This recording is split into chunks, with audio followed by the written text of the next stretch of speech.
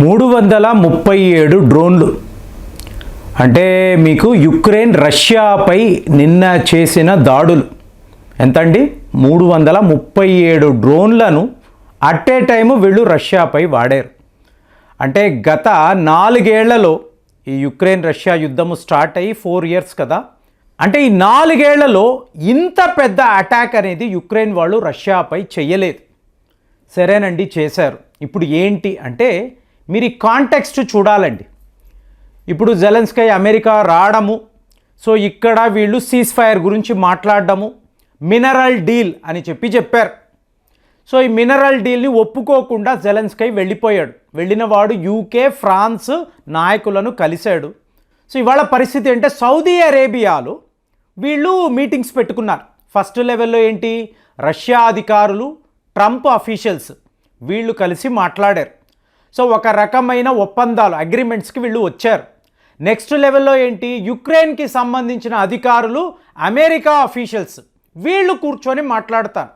చూడండి, పుతిన్ గారు ఇలా చెప్పారు, రష్యా మిలిటరీ అధికారులు ఇవి మాట్లాడారు. సో దీని ప్రకారం మీరు కూడా, అంటే వాళ్ళు ఏమన్నారు, ఈ భూమి ఉంది చూసారా, ఈ లూనాన్స్, డోనాన్స్క్, ఇవి ఇక రష్యావే, యుక్రెయిన్ వాళ్ళు అడగకూడదు. అలా ఒప్పుకుంటే ఇమీడియట్గా మేము యుద్ధం ఆపేస్తామని పుతిన్ గారు చెప్పారు.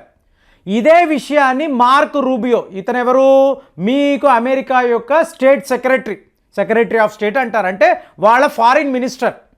సో ఈయన ఇవాళ జెలెన్స్కీకి చెప్పాలి, కూర్చోబెట్టి, చూడు నాయన, ఇలాగ ఈ సీడెడ్ ల్యాండ్ ఏదైతే ఉందో దాన్ని రష్యా వాళ్ళకి ఇచ్చేసేయి, యుద్ధము ఆగిపోతుంది. అలాగే మనము మాట్లాడుకున్న ఈ మినరల్ డీల్ ఏదైతే ఉందో దాని మీద కూడా మనం ఒప్పందాలు చేసుకుందాము. ఇది మీకు జెలెన్స్కీకి మార్క్ రూబియోకు మధ్య జరగాలి. మధ్యలో ఎవరున్నారు, సౌదీ అరేబియా యొక్క క్రౌన్ ప్రిన్స్, మీకు మహమ్మద్ బిన్ సల్మాన్ అంటారు. సో ఆయనే జెలెన్స్కీని స్వాగతించారు, మార్క్ రూబియోను తీసుకువెళ్ళారు, కూర్చోండి, మాట్లాడుకోండి, యుద్ధాన్ని ఆపేయండి, మా దేశంలో ఇలాంటి ఒక సీజ్ ఫైర్ ఒప్పందం జరగడము మాకు చాలా గర్వకారణంగా ఉంది, చాలా బాగుందని ఆయన కూడా ఫీల్ అయ్యాడు. ఈ టైంలో అంటే జెలెన్స్కీ యుక్రెయిన్ నుంచి వచ్చి మహమ్మద్ బిన్ సల్మాన్ని కలిసి మార్క్ రూబియోను కలిసి మాట్లాడే ఈ టైంలో యుక్రెయిన్ వైపు నుంచి 337 డ్రోన్లు ఒక్క రష్యా రాజధాని మాస్కోలోనే 70 డ్రోన్లు వచ్చి పడ్డాయండి. అంటే రష్యా వాళ్ళ ఎయిర్ డిఫెన్స్ సిస్టమ్ చాలా చాలా హయ్యెస్ట్ లెవెల్లో పనిచేస్తుంది. అంటే ఇజ్రాయెల్ వాళ్ళ ఐరన్ డోమ్ వాడుతున్నారు చూసారా, వాటికన్నా చాలా అడ్వాన్స్డ్, పెద్ద వాడతారు. సో వాళ్ళు ఇంటర్సెప్ట్ చేశారు, దాడులు చేశారు, డెస్ట్రాయ్ చేశారు. కానీ యుక్రెయిన్ వైపు నుంచి ఇంత పెద్ద అటాక్స్ ఉంటాయని రష్యా వాళ్ళు ఊహించలేదు. ఒక్క మాస్కో మీద 70 అంటే చుట్టుపక్కల మీకు ఏకంగా 90 డ్రోన్లు వాడారు. ఈ కుర్క్స్ అనబడే రీజన్ చూసారా, ఈ కుర్క్స్ రీజన్ అనేదే మీకు గోల్డ్ మైన్ అండి. అంటే మీకు కావలసిన వనరులు, మెటల్స్, మినరల్స్, బంగారము, లీథియం, ఇలాగ గ్యాస్, ఆయిల్స్ చాలా దొరుకుతాయి. రష్యా వాళ్ళు ఇవాళ వీటిని స్వాధీనము చేసుకొని అక్కడ కూర్చొని ఉన్నారు. రష్యా సైనికులు అక్కడ ఉన్నారు. దాని మీద మాత్రమే ఏకంగా 130 డ్రోన్లు. మరి ఇంతంత డ్రోన్స్ వీళ్ళకి ఎవరిచ్చారు, ఇంత డబ్బు వీళ్ళు ఎక్కడి నుంచి తెచ్చుకున్నారు? మరి డ్రోన్లు తయారు చేయాలంటే మీకు ఖర్చు అవుతుంది కదండి. యుక్రెయిన్కి ఇంత డబ్బు ఎవరు ఇచ్చారు అంటే సింపుల్గా యుక్రెయిన్ యొక్క ఆర్మీ ఆఫీసర్స్ అంటున్నారు, ఇంకొక 2 నెలలకు కావలసిన ఆయుధాలు మా వద్ద ఉందండి, కాబట్టి మేము యుద్ధాన్ని కొనసాగిస్తాము. ఇప్పుడు మనకు అనిపిస్తుంది జెలెన్స్కీ ఒప్పుకోవచ్చు కదా, రష్యా వాళ్ళే చెప్తున్నారు ఆ భూభాగాలు మర్చిపో, మనం యుద్ధాన్ని ఆపేద్దాము, మళ్ళీ యుక్రెయిన్ని మేము పునర్నిర్మాణము చేస్తాం, మేము రష్యా కలిసి మీ హాస్పిటల్స్, స్కూళ్ళు, యూనివర్సిటీలు ఏమేమి కావాలో చెబితే మేము మళ్ళీ రీకన్స్ట్రక్ట్ చేయగలము కదా అంటే జెలెన్స్కీ ఎందుకు ఒప్పుకోడు? ఇదే మనం ఆలోచించాలి. ఒకవేళ జెలెన్స్కీ ఈ యుద్ధాన్ని ఆపేసాడు అనుకోండి, అంటే ఒక నాయకుడి యొక్క వెస్టెడ్ ఇంట్రెస్ట్ అంటారు, అంటే స్వార్థపూరిత చింతన వల్ల ఒక దేశము ఎలా బలైపోతుందో చూడండి. సో ఇప్పుడు ఒకవేళ ఇతను ఒప్పుకున్నాడు అనుకోండి, ఏం జరుగుతుంది, ఎన్నికలు పెట్టాలి, అంటే ఇతను రాజీనామా చేయాలి కదా, రాజీనామా చేస్తాడు, మళ్ళీ అక్కడ ఎన్నికలు అనేవి వస్తాయి. ఇప్పుడు ఇతనికి ఉన్న పాపులారిటీ 0, ఓడిపోతాడు. ఓడిపోతే ఏమవుతుంది, ఇతని మీద వీళ్ళు ఇన్వెస్టిగేషన్ అంటారు. సో ట్రయల్ అనేది మొదలు పెడతారు. ఫైనల్గా ఇతను ఇరుక్కుపోతాడు. ఎందుకంటే హైయెస్ట్ లెవెల్లో కరప్షన్ జరిగింది అని ఫెడరల్ బ్యూరో ఆఫ్ ఇన్వెస్టిగేషన్ అధికారులు చెప్తున్నారు. కాబట్టి ట్రయల్లో దొరికిపోతాడు. ఆధారాలతో ప్రూవ్ చేస్తారు, తీసుకువెళ్ళి జైల్లో పెడతారు, తరువాత ఉరిశిక్షే. ఇది ఇతని పరిస్థితి. అంటే అమెరికా అధ్యక్షుడు డొనాల్డ్ ట్రంప్ ఒకటి ఆలోచించవచ్చు, పుతిన్ గారు ఇంకొకలా ఆలోచించవచ్చు. మీరు నేను కూర్చొని అవును పీస్ టాక్స్ కదా, సీజ్ ఫైర్ కదా, యుద్ధాన్ని ఆపేద్దాము, అందరికీ మంచిది, ప్రపంచానికే మేలు జరుగుతుంది, రష్యాపై ఉన్న శాంక్షన్స్ అంతా అమెరికా వాళ్ళు ఎత్తివేసేస్తారు, ఇది భారత్కు చాలా మంచిది, ఇన్ని మనం మాట్లాడతాం కదా. కానీ జెలెన్స్కీ వైపు నుంచి మీరు చూసారు అనుకోండి, అతని పాయింట్ ఆఫ్ వ్యూ నుంచి చూసారు అనుకోండి, ఈ యుద్ధం ఇలా కొనసాగుతూనే ఉండాలి. ఎవరూ లేకపోయినా అతను తుపాకీ పట్టుకొని పుతిన్ మీదకి వెళతాడు. ఎందుకు వెళతాడు? ఒకవేళ యుద్ధము ఆగితే జెలెన్స్కీ ప్రాణాలతోనే ఉండడు, ఇదే నిజం. లేదా తీసుకువెళ్ళి జైల్లో పెడతారు. జైల్లో పెట్టాక ఉరిశిక్షే కదండి. కాబట్టి ఎలక్షన్స్ ఉండవు, ఇలా యుద్ధము జరుగుతూనే ఉంటుంది.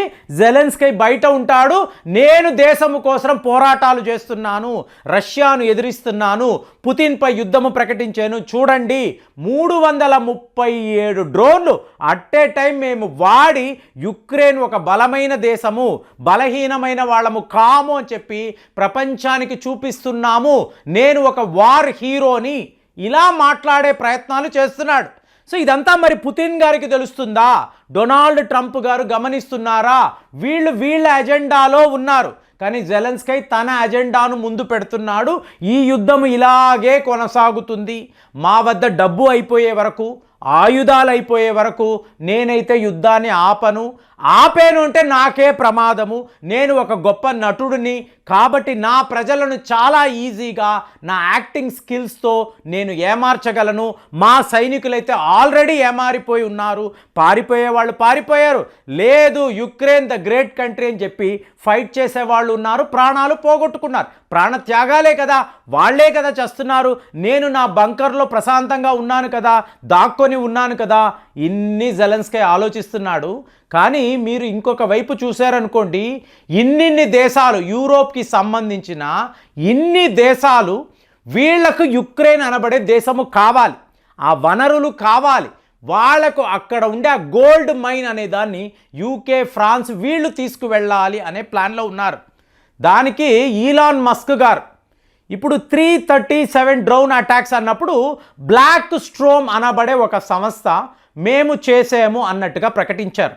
కానీ ఈలాన్ మస్క్ గారి ఇంటెలిజెన్స్, మీకు ఆయన దగ్గర ఉండే ఆ స్టార్ లింక్ శాటిలైట్ ఉంది చూసారా, దాని గ్లోబల్ పొజిషనింగ్ సిస్టమ్ చాలా స్ట్రాంగ్గా ఉంటుంది, వాళ్ళ control room extraordinary. So Elon Musk గారు క్లియర్గా చెప్తున్నారు ఇది యుక్రెయిన్ వాళ్ళ పనే. వెంటనే జెలెన్స్కీ ఏమంటున్నాడు, ఏంటి నీ స్టార్ లింక్ ఉంటేనే మా యుద్ధము జరుగుతుందా? ఇవాళ మేము యూటెల్ శాట్ అని అంటారు. EU అంటే యూరోప్ యూనియన్ అండి, టెల్ అంటే మీకు అర్థమయ్యే ఉంటుంది ఎయిర్టెల్. సో ఇవాళ భారతీయ ఎంటర్ప్రైజెస్ వాళ్ళు సీన్లో ఉన్నారు. అంటే స్టార్ లింక్ యుక్రెయిన్ నుంచి వెళ్ళిపోతే ఈ యూటెల్ శాట్ అనబడే ఈ ఇంటర్నెట్ కంపెనీ యుక్రెయిన్లోకి వస్తుంది అంటే ఆటోమేటిక్గా రష్యా, అమెరికా భారత్ వైపే చూస్తున్నారు. బాబు మీరు మీ ఎయిర్టెల్ వాళ్ళకి చెప్పండి, భారతీయ ఎంటర్ప్రైజెస్ వాళ్ళకి చెప్పండి, అనవసరంగా యుక్రెయిన్కి ఇలాంటి ఇంటర్నెట్ కనెక్షన్స్ ఇవ్వద్దు, 40,000 టెర్మినల్స్ను మేము స్టార్ట్ చేయబోతున్నామని జెలెన్స్కీ చెప్తున్నాడు. ఇదైతే కరెక్ట్ కాదు, మీ వ్యాపారము కోసము మీరు యుక్రెయిన్కి సపోర్ట్గా నిలబడకండి అని మన దేశము కూడా క్లియర్గా భారతీయ ఎయిర్టెల్ వాళ్ళకి చెప్తారు. సో ఓవరాల్గా మీరు చూసారనుకోండి, జెలెన్స్కీ బతకాలి అంటే, బతికి బట్ట కట్టాలి అంటే ఈ యుద్ధాన్ని ఇతను ఇలా కొనసాగిస్తూనే ఉంటాడు. తన స్వార్థము కోసము అంత పెద్ద దేశాన్ని ఎలా పణంగా పెట్టాడో చూడండి. ఇలాంటి దుర్మార్గులు ఉన్నప్పుడే ప్రపంచం ఇలా ఉంటుంది, ఈ దేశాలు ఇలా పతనమైపోతాయి అనేది ఇది మనకు ఒక గొప్ప లెసన్. మరి మీరు చెప్పండి, జెలెన్స్కీ తీరుని మీరు ఎలా చూస్తున్నారు? కామెంట్స్లో రాయండి. మళ్ళీ వచ్చే వీడియోలో కలుద్దాం. జై హింద్.